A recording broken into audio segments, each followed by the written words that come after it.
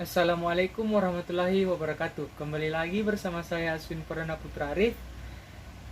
Di video sebelumnya, saya telah menjelaskan tahap dekarboksilasi oksidatif, yakni tahap yang mengubah dua asam pirufat menjadi dua asetil CoA untuk digunakan pada siklus Krebs. Pada siklus Krebs ini, tentunya asam sitrat sangatlah berperan penting.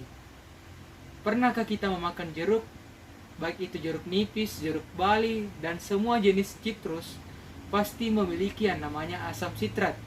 Namun tahukah Anda bahwa asam sitrat dapat berperan penting pada respirasi aerob, terutama pada proses siklus Krebs.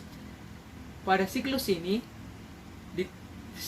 ditemukan oleh Hans Krebs pada tahun 1932 dan mendapat penghargaan Nobel pada tahun 1953. Pada siklus ini, asam sitrat sangatlah berperan penting. Itulah mengapa siklus Krebs biasa juga dinamakan dengan siklus asam sitrat. Baik, pada proses kali ini saya akan menjelaskan siklus Krebs atau biasa juga disebut siklus asam sitrat. Mengapa demikian? Karena asam sitrat sangat berperan penting pada proses ini. Pada tahap dekarboksilasi oksidatif tadi, dua asam pirufat telah dirubah menjadi dua asetil CoA. Kemudian asetil CoA ini dihampiri oleh ion H2O. Kemudian melepas ikatan CoA-nya sehingga menjadi asetil. Asetil ini bertemu dengan oksaloasetat dan juga enzim sitrat sintetase. Kemudian menggabungkan asetil dan oksaloasetat menjadi asam sitrat. Kemudian pada tahap kedua, asam sitrat tadi bertemu dengan enzim aswanitase. Kemudian melepas dua atom H dan satu atom H atau molekul H2O, kemudian berubah nama menjadi isositrat, kemudian menghasilkan H2O yang dibuang pada proses respirasi. Pada tahap ketiga, isositrat tadi dihampiri oleh enzim isositrat dehidrogenase dan NAD+. Lagi-lagi kita bertemu dengan dehidrogenase. Itu artinya kita akan melepas ion H+.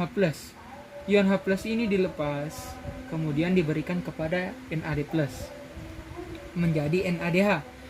Kemudian dibuangnya atom CO2 keluar tubuh. Ini merupakan buangan dari hasil respirasi. Kemudian telah hilang satu atom C-nya tadi, berarti sisa alfa ketoglutarat. Pada tahap 4, alfa ketoglutarat akan bertemu dengan enzim ketoglutarat alfa dehidrogenase. Lagi-lagi ada dehidrogenase, berarti siap-siap melepas H+-nya. Di sini juga bertemu dengan NAD+ dan CoA. Kemudian ion H+-nya dilepas,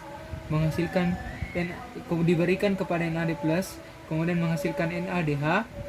Sedangkan CoA tadi mengisi kekosongan yang berada pada rantai atom alfa ketoglutarat sehingga menghasilkan suksinil CoA.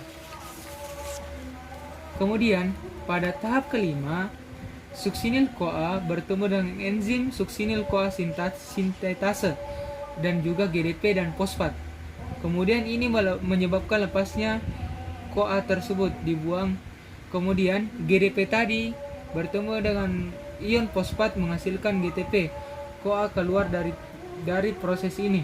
Kemudian setelah CoA keluar, ini berubah nama menjadi suksinat. Kemudian pada tahap ke-6, suksinat tadi bertemu dengan enzim suksinat dehidrogenase dan FAD. Kita ketahui kita bertemu lagi dengan dehidrogenase, berarti siap-siap melepas H+-nya. Kemudian dilepasnya dua atom H+ dan diberikan kepada FAD menghasilkan FADH2. Kemudian suksinat tadi berubah nama menjadi fumarat. Pada tahap ke-7, fumarat bertemu dengan enzim fumarase serta enzim fumarase. Kemudian berubah nama menjadi malat dan ion H2O pun keluar. Dan pada tahap akhir proses ini, malat tadi bertemu dengan enzim malat dehidrogenase dan ion NAD+, berarti melepas H plusnya lagi menjadi NAD+ tadi menjadi NADH. Kemudian setelah dilepas H-nya, ini berubah nama kembali menjadi oksaloasetat. Dapat kita ketahui bahwa pada proses siklus Krebs ini tadi menghasilkan 2 CO2, 1 ATP, 3 NADH dan 1 FADH2. Namun ada 2 asetil-CoA tadi, berarti semuanya dikali 2. 4 CO2 ini 2 ATP, 6 NADH dan 2 FADH2. 4 CO2 ini dibuang keluar tubuh.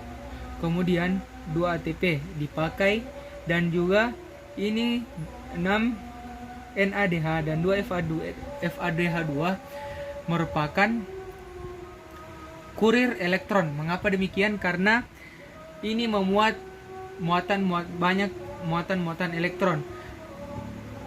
NADH dan FADH2 ini akan berperan penting pada proses selanjutnya, yakni transport elektron. Mungkin cukup sekian pembahasan saya tentang siklus Krebs. Sekian.